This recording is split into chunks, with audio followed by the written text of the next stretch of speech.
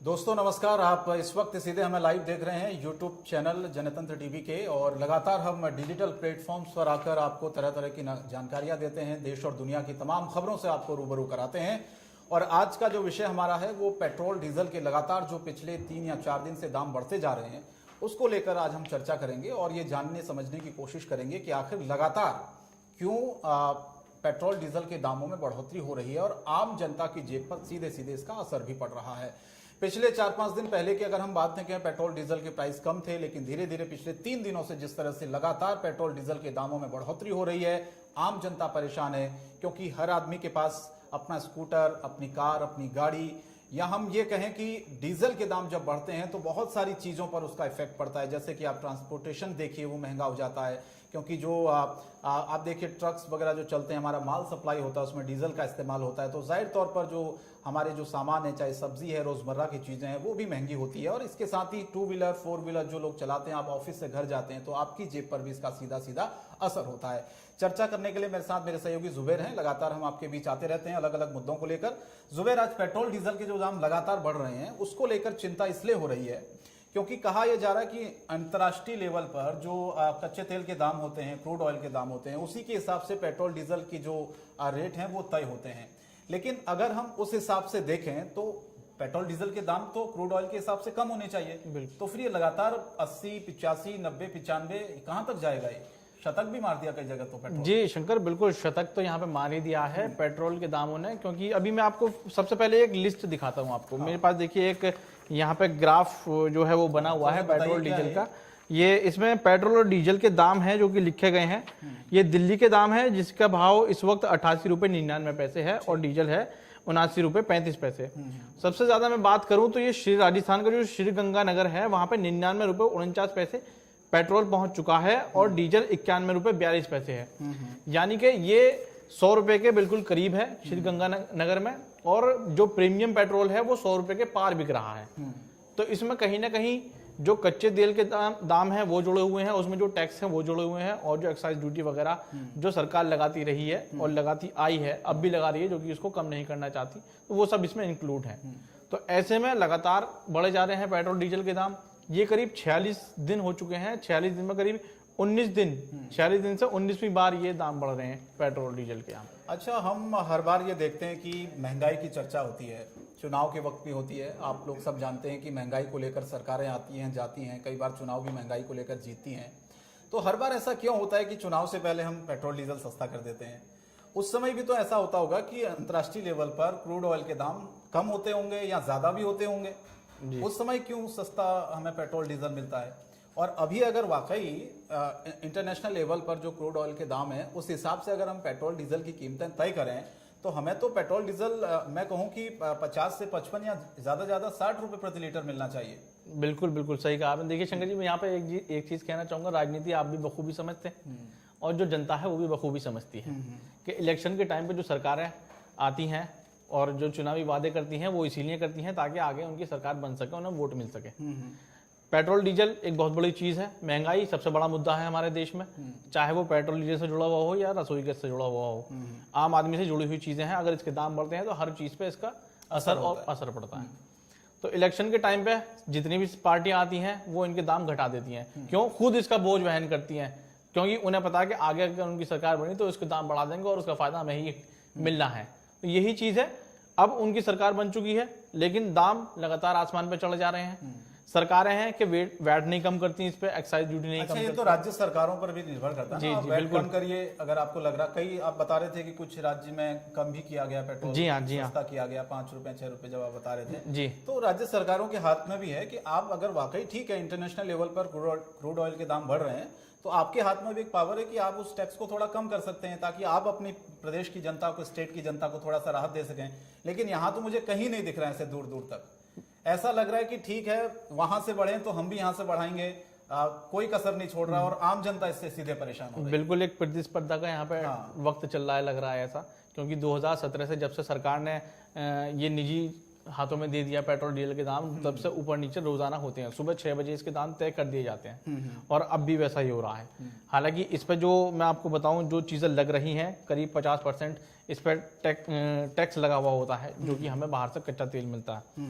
उस पर 35% की एक्साइज ड्यूटी लगाई जाती है और 15% जो है राज्य उस पर टैक्स और सेल्स टैक्स लगाते हैं। लेकिन सब राज्यों का ये अलग अलग है। स्टार्टिंग 15 से होती है, वो 17 से लेकर के 37% तक इनका टैक्स लगता है, यानी कि वैट लगाते हैं या सेल्स टैक्स लगाते हैं। अगर सरकारें इसमें कमी करती हैं तो इनके दाम कम हो सकते हैं। नहीं, मैं समझना ही चाह रहा हूं कि सरकारें कम कर सकती हैं, बिल्कुल कर सकती हैं। इतना भी नहीं किसी राज्य पर बोझ है कि आप उस टैक्स को कम नहीं कर सकते हैं, आप अपनी जनता को राहत नहीं दे सकते हैं। जी हाँ, जी हाँ। आप कम थोड़ा सा करिए, मैं ये नहीं कह रहा हूं कि पूरा आप कम कर दीजिए, यानी कि इतना आप कम करिए कि थोड़ा जनता को राहत मिले और आपकी जो जनता है, प्रदेश की जनता है, वो ये सोचे कि हाँ, आपकी जो सरकार है, जिनको हमने चुना है, उसने हमारे बारे में सोचा है। और पिछले बार मेरे को याद है कि कई राज्यों में ऐसा हुआ था कि जब ये पेट्रोल डीजल के दाम बढ़े थे पिछले साल, अभी कुछ वक्त पहले दिल्ली में 10 रुपए घटाए गए थे। हाँ, घटाए गए थे। कई राज्यों में हमने देखा कि एक जगह से घटे तो सभी लोगों ने फिर धीरे धीरे टैक्स को कम करना शुरू कर दिया था। तो मुझे ऐसा लगता है कि राज्य सरकारें जो हैं, उनके हाथ में अगर पावर है तो जनता को कम से कम थोड़ी सी राहत तो देनी चाहिए, अगर उन्होंने सरकार को चुना है तो। जी हाँ। लेकिन कहीं ऐसा दिख रहा है, किसी स्टेट से ऐसी खबर आई है? अभी तक तो कोई ऐसी खबर नहीं आई है, क्योंकि हालांकि पिछली जो आप बता ही रहे हैं, जिक्र कर रहे हैं कि पिछली बार कम किए गए थे पैसे, इस बार कोई भी कम करने के लिए तैयार नहीं है और इसका बोझ सीधा सीधा आम जनता पे पड़ रहा है। इसके पीछे एक वजह यह भी है, जहां तक मुझे लगता है, कोरोना के समय में जब अर्थव्यवस्था चौपट हुई, तमाम राज्य सरकारों ने, केंद्र सरकार ने कहा कि हमारे पास पैसा नहीं आया, क्योंकि उद्योग धंधे बंद थे, फैक्ट्रीज बंद थी, तमाम चीजें बंद हो गई थी, एक जो चैन थी वो दोबारा से शुरू हो रही है। तो ये कह सकते हैं कि जो खजाना था राज्य सरकारों का, यहाँ तक कि केंद्र सरकार का भी खजाना कम खाली हो गया था। बजट में आपने इस वक्त देखा, लोग कह रहे हैं कि कुछ नहीं दिया गया, सरकार ने कहा कि बजट में इस बार पैसा नहीं है, तो बहुत सारी चीजें इस बार कही गई है। लेकिन राज्य सरकारों के पीछे मुझे ऐसा लगता है कि इस वक्त जो एक्साइज ड्यूटी या टैक्स जो नहीं वो लोग कम कर रहे हैं, शायद एक खजाना जो खाली हो गया था उसको भरने की कोशिश मैं कहूंगा पेट्रोल डीजल के दामों से ही होती है हर बार। बिल्कुल। और इस बार तो भरपूर होगी, क्योंकि खजाना पूरा खाली है सरकारों का, क्योंकि सारी चीजें एक तरह से हम देख रहे थे कि कोरोना काल में प्रभावित हुई हैं। तो सभी राज्य सरकारों को शायद ये लग रहा है कि इस वक्त कम से कम ये एक मौका है खजाने को अपने भरने के लिए, और यही एक सबसे बड़ा जरिया भी होता है राजस्व बढ़ाने का राज्य सरकारों का। तो कम करने के तो कोई चांसेस कहीं कम करने के चांसेस तो बिल्कुल नहीं दिख रहे हैं। यहाँ पे एक चीज में आपको गौर करने वाली मैं बात कहना चाहूंगा कि सरकार महंगाई बढ़ा रही है, चाहे पेट्रोल डीजल के दाम हो या रसोई गैस के दाम हो, वो लगातार बढ़ रहे हैं। हाँ। एक आम आदमी जो सैलरी क्लास है, रसोई गैस के 50 रुपए के दाम बढ़े, सैलरी क्लास आदमी काम कर रहा है, लेकिन उसकी तनख्वाह में कोई इजाफा नहीं हो रहा है। ये बड़ा पॉइंट है। जी बिल्कुल। हालांकि लोग चाहते हैं कि हमारी जैसे जैसे महंगाई बढ़ रही है ऐसे ऐसे सैलरी भी बढ़े, लेकिन ऐसा कुछ हो नहीं रहा है। खर्चे बढ़ रहे हैं, सैलरी बिल्कुल नहीं बढ़ रही। जी हाँ, मेट्रो का, बिल्कुल, ट्रेन का, बस का, और सैलरी इंक्रीमेंट होने के बजाय उसको डिक्रीज कर दिया जाता है। टू व्हीलर से आते हैं तो आपका पेट्रोल 100 रुपए पार हो गया है। अब कहां से लेकर के आए एक्स्ट्रा पैसे बढ़े हुए हैं? ना कोई कंपनी बोनस दे रही है, ना कुछ कर रही है। कोरोना काल की वजह से तो लोग यही कह रहे हैं कि हाँ जी हम कुछ नहीं कर सकते, उल्टा ऑफिस में छटनी करी जा रही है। बताइए, ये बड़ा मुद्दा है। देखिए, ये तो ठीक है, व्यक्तिगत हो सकता है, किसी का कोई किसी को रखे या नहीं रखे, हालात हैं, लेकिन यहाँ पर मुझे ऐसा लगता है कि सोचने की जरूरत है सरकारों को। केंद्र सरकार, राज्य सरकार, जहां जहां पर भी अगर किसी भी राज्य सरकार को अगर ये लगता है कि टैक्स कम किया जा सकता है, उससे आम जनता को थोड़ी सी राहत दी जा सकती है, तो मुझे लगता है कि देनी चाहिए। ऐसा अभी किसी भी राज्य में हमें देखने को नहीं मिला है। तो कोरोना काल के समय जो खजाना खाली हो गया था राज्य सरकारों का, शायद उन्हें लग रहा है कि भाई कम से कम एक मौका आया है, इसको लपक लेते हैं, इसको जाने नहीं दिया जाएगा। अपने खजाने हम जानते हैं जुबेर, इस बात को हम सब जानते हैं कि ज्यादा दिन नहीं रहते हैं पेट्रोल डीजल के दाम। जी हाँ। मुझे लगता है कि 2-4 दिन या एक हफ्ते के अंदर शायद हो सकता है कि फिर से 5 रुपए, 10 रुपए या 4 रुपए जो भी है वो कमी हो जाए। लेकिन अगर इंटरनेशनल लेवल की जो हम बात कर रहे थे, अगर ये तय होता है अंतर्राष्ट्रीय बाजार के हिसाब से, क्रूड ऑयल के दामों के हिसाब से, तो अंतर्राष्ट्रीय बाजार में एक बैरल की कीमत अभी $62 प्रति बैरल चल रही है, जैसा कि आपने भी अभी थोड़ी देर पहले बताया। और एक बैरल तक तकरीबन 158 लीटर आता है।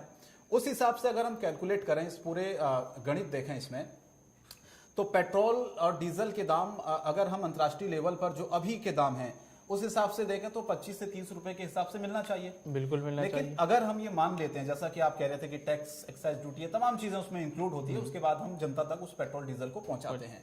आप मान लीजिए कि 50, 60, 70% भी उसको बढ़ाते हैं, तो 50 से 55 रुपए मुझे लगता है कि इनफ हो जाना चाहिए।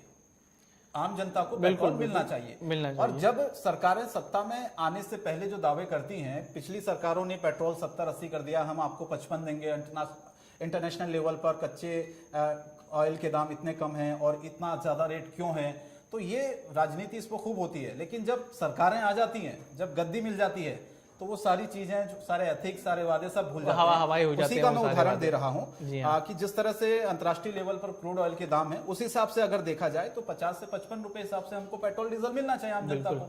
आपने इतना ज्यादा टैक्स लगा दिया, सेस लगा दिया कि आम जनता सीधे सीधे उससे इफेक्ट हो रही है।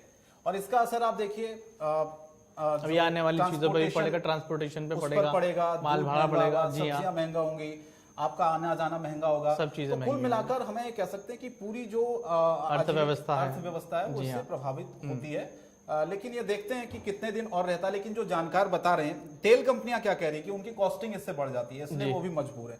लेकिन अभी जो एक्सपर्ट हैं वो जुबैर ये कह रहे हैं कि अगर इसी तरह से इंटरनेशनल लेवल पर क्रूड ऑयल के दाम बढ़े तो कुछ कह नहीं सकते हैं कि पेट्रोल डीजल सस्ता होगा। जी हाँ, मुझे अभी तक कोई क्योंकि लगातार इजाफा हो रहा है पेट्रोल में। हाँ, कम तो हो नहीं रहे हैं कि पहले ऐसा था कि अप एंड डाउन हुआ करते थे, लेकिन इसमें तो अब कुछ दिन से लगातार बढ़ ही रहे हैं, कम नहीं हो रहे हैं। तो उम्मीद है कि आने वाले वक्त में भी हो सकता है थोड़े और बढ़ेंगे दाम। चलिए, हम ये उम्मीद करते हैं कि कम से कम सरकारें सोचें, और कम से कम राज्य सरकारें तो सोचें कि जो वैट है उसको कम किया जाए और वहां की आम जनता को कम से कम राहत दी जाए। तो पेट्रोल डीजल के बढ़ते हुए दामों को लेकर आपकी भी अगर कोई राय है तो आप कमेंट बॉक्स में अपनी राय को जरूर रखें। इसी तरह से हम आपके पास आते रहेंगे, अलग अलग मुद्दों से आपसे बातचीत करते रहेंगे। आप फेसबुक, यूट्यूब, ट्विटर और इंस्टाग्राम, हर प्लेटफॉर्म पर जनतंत्र टीवी आपको हर छोटी से छोटी, बड़ी से बड़ी खबरों से अपडेट कराता रहेगा। और लगातार हमारे सहयोगी जो हमारे साथ चर्चा भी करते हैं अलग अलग विषयों को लेकर। आज के लिए जुबैर इतना ही, अगर आप जाते जाते कुछ कहना चाहें तो। जी, बहुत बहुत शुक्रिया आपका। आप हमारे जो YouTube चैनल है उसको लाइक कीजिए और प्लीज़ सब्सक्राइब कीजिए। रोज़ाना हम आपके लिए ऐसी ही नई खबरें और उनसे जुड़ी हुई चीज़ें लाते रहेंगे। बहुत बहुत धन्यवाद आप सभी लोगों का हमारे साथ जुड़ने के लिए।